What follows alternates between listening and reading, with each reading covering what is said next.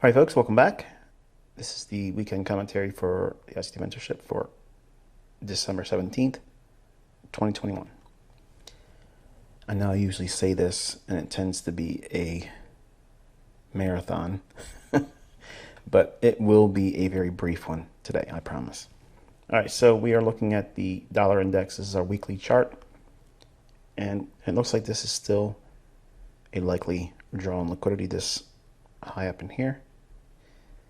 So we'll be looking for that going into next week. All right, so here is the daily chart. Why does ICT refrain from looking for high probability setups during the month of December? Here you go. So we have the old dealing range high, the old dealing range low from the hourly chart from Powell speaking a few weeks ago. We stayed inside that range for a while until Wednesday of this week.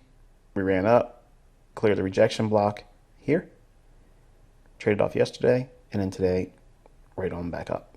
Okay, so lots of back and forth. No real continuation, no real interest to go higher or lower. It's just still inside of the range. Now, the range defined by this high and this low. Okay, so this high, that low is your dealing range. This is the draw on liquidity. So we'll be looking for 97.50 still going into next week, and consequent encroachment, and 98 big figure as a bonus if we can get that high. Dollar index, this is that premium rejection block level I mentioned on the daily chart. It swept that on the 15th. We sold off in here on Thursday, and then today really came back with some strong momentum on the upside. Small little fair value gap in here in the form of buy side imbalance, sell side inefficiency, trades down into that and rallies higher after the order block here. So we have low, high, low, market structure shift there. Order block, does it send it higher? Yes. Another high being broken here. Fair value gap, trades down, optimal trade entry, sends it higher for TGIF. Rejection block in here. It clears that. Now, I'm not looking for this rejection block to act like this one. I'm thinking it's going to try to still press higher. All of this in here seems to be a washout for the bulls. So in other words, trying to get traders offset. All the swing lows in here were taken right here. So any trailed stop losses have been taken. Now we're seeing in the run. So we'll be looking for continuation on the upside on the dollar index next week. And this is the old dealing range high in case you were wondering. So here is the run on that rejection block in the daily chart. We sold off in here, consolidated, rally, order block here, optimal trade entry, another order block here, order flow, bullish, sends it higher, and then back into the dealing range high on that hourly chart. That's what this low is. And again, we'll be looking for the rejection block as the next upside draw, and then obviously what I mentioned on the weekly chart. Eurodollar daily chart. Again, same thing inside the range here. Old dealing range low, old dealing range high. Again, this is what classic December trading looks like. This is what it looks like. This is the reason why I don't like to participate in it. And I prefer to use the holidays, which I will be doing it. Again, as a reminder, next Wednesday will be a pre-recorded video, and that'll be the last video I do for the week going into the following week after Christmas. It'll be a pre-recorded video on the following Wednesday. And that'll be it until we get back into the swing of things after the first of the new year. So sideways consolidation, looking for a drawdown into that 1168 level. I'm expecting that to be delivered next week. All right, so I gave you a video yesterday, and it was highly informative, even though it was short. Okay, so when you hear me talk on social media, you hear me talk in my Twitter, when I had it. You hear me talk on my YouTube channel, in my videos, and you hear me talking in here. And you've heard me talk about things like this in interviews where people like podcast operators and such that would interview me over the past few years. And I tell them that, I can call daily highs and lows, weekly highs and lows, and forecast them also. And yesterday I gave you an example of looking at how, if you go into a trade, even though it may be a bread and butter trade, and I'm looking at 113.60 as a potential upside draw as a first target, and I mentioned how if you don't want to take that partial, how do you know when the trade's going to turn around against you? And I taught you how to do that yesterday. That is typically the way I see trades fail. Okay, so there isn't a whole lot of variations to that. So in your journal, that's the thing you're looking for. So 3 drives on the third pass through, that needs to see like strong momentum in your favor. If it starts to wane, then you're probably getting caught up in a 3 drives pattern or a 3 Indians pattern.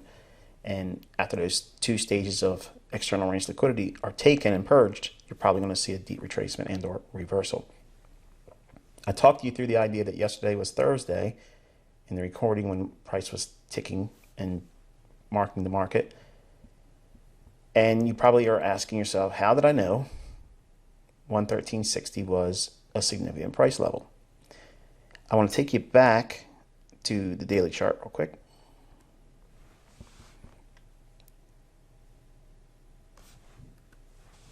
All right, and this range right here, okay, that's a gap. So from the close to the high, you put your Fibonacci on that and you get your 50 level. Okay, it gives you consequent encroachment. Extend that out in time. There it is right there. Okay, that is this level here. Now for this chart, before I took a screenshot, I have my cursor for my mouse laying directly on this candle, the highest candle here. So that way when you see the price right here, it's showing the price of that candle. Don't take my word for it. Go into your hourly chart for Eurodollar for Forex.com's price feed.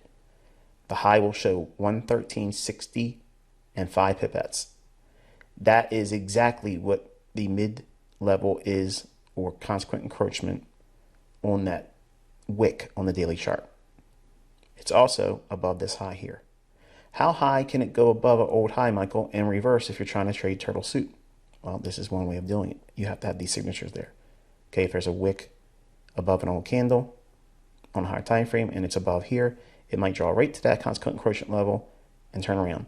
This high of that candle is exactly not 1 pipette beyond, not 1 pipette short. It's exactly right to that pipette. 113.60 and 5 pipettes.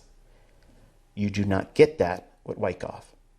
Supply and demand can't even get in the same vicinity as something like that. Okay? No one teaches this. No one shows it. Okay? I'm teaching you how these concepts are superior. Nobody out there has anything that can beat this. You can't beat or do better than perfect. Put that in your journal. So you have your weekly high here on Euro. I walked you through how you can see the reversal. So even if you didn't see the forecasted weekly high, how can you discover it real time? Well, that's what I did with you yesterday in the recording. Okay, walked you through it and showed you how it was going to draw back down into a imbalance, which we'll look at when we get into a 15-minute time frame. And then today, we ramped up one more time, and we'll see what that looks like on the 15-minute time frame as well. And then we had a retracement lower on Euro with the higher price run on dollar. All right, so we had the 15-minute time frame here. Last up close candle, that's your bearish order block. 50% level of that is your mean threshold. Look at that. How nice is this? So here's the midnight candle on Friday, the 17th of December, 2021. It rallies up, hits mean threshold. High of the week formed. Okay, so Thursday, high of the week formed. It's trading up in here. So TGIF scenario, what TGIF is, you can search the forum, and I taught that in commentary. So there really isn't a specific lesson or lessons in like a core content month. It's inside the commentaries. Okay, so that's kind of like what you're going to be doing going forward as charter members. You know, if you want to be looking for the higher order lessons that are outside core content or outside of the price action models, when I'm teaching things in the coming weeks and all throughout the coming years, okay, that would amplify the things you've learned in core content, you would search for those topics in the forum search tab, okay? And I put enough in each video if I'm referring to certain things. That way it'll take you into those respective videos that would support it and talk about it. Anyway, Judas swing here creates the high of the day. Rallies back up into a retracement, sells off one more time in here, sells off bearish order block there. Get a measurement on this tail, and then optimal trade entry, sells off, breakaway gap, measuring gap, and almost back down into that old dealing range low on the hourly chart from Powell talking 2 weeks ago. And at the time of this recording, we still have a little while, a little bit more than a half an hour before the close of the week. But you know, even if it goes lower than that, I don't care. It's enough to talk about for the weekend, because we're not going to be doing anything until obviously Monday. So we will see how Sunday opens, which is always a mystery. Pound dollar daily chart.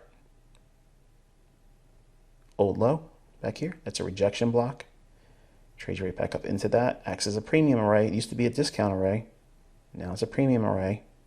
Rallies up to that and sells off. We'll be looking for low resistance liquidity run signature. Down in here to be taken out for 131.50. Okay, it trades up into that old rejection block on the daily chart. Breaks down, creates what? Fair value gap. Balanced price range. You see that? All one candle pass in here. All one candle pass in here. After a premium high. Bias is weak or lower. TGIF scenario. Will this range completely close in? No. Institutional order flow. Institutional order flow. Sells off. What's below here? What's this? It's a wick, right? Sell side liquidity. Will this completely close in? What did you learn? Just a partial fill. Institutional order flow entry drill. Sell it. Sells off. Liquidity. Tagged. Small little imbalance in here. Watch that. And finally, 15-minute time frame. On the recording yesterday, you should have saw me draw this out as a return back to mean threshold on a 5-minute chart. I think it's what it was. It doesn't look right here because you have this high, this low here and this high here. If you drop down to a 5-minute chart, you'll see that there's another range that's just like this, but smaller. So the buy side and balance, sell side efficiency is less. So that becomes consequent encroachment on the 5-minute chart, which is what it trades back down into. The imbalance on the hourly chart trades up into institutional order flow entry drill here and here. This is the London session. Sells off. Same thing here. What's below here?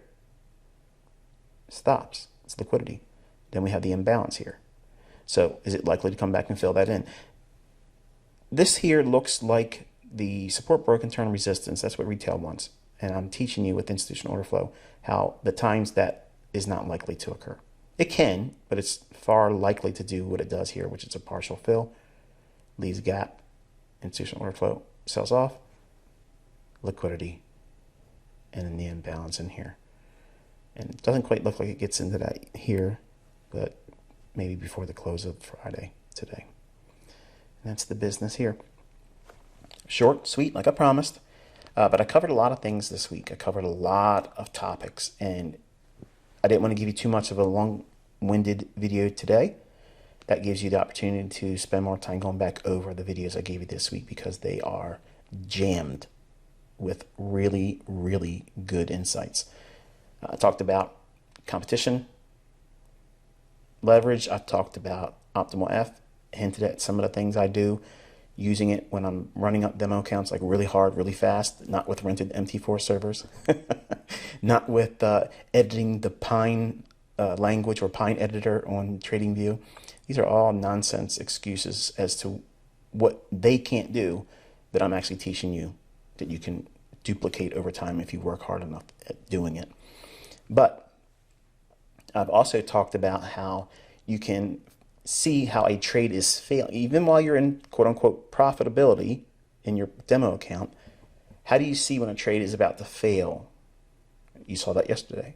Today, I took you one step further into it and explained to you how that 113.60 level was likely to be a turning point because of the higher time frame consequent encroachment on that wick.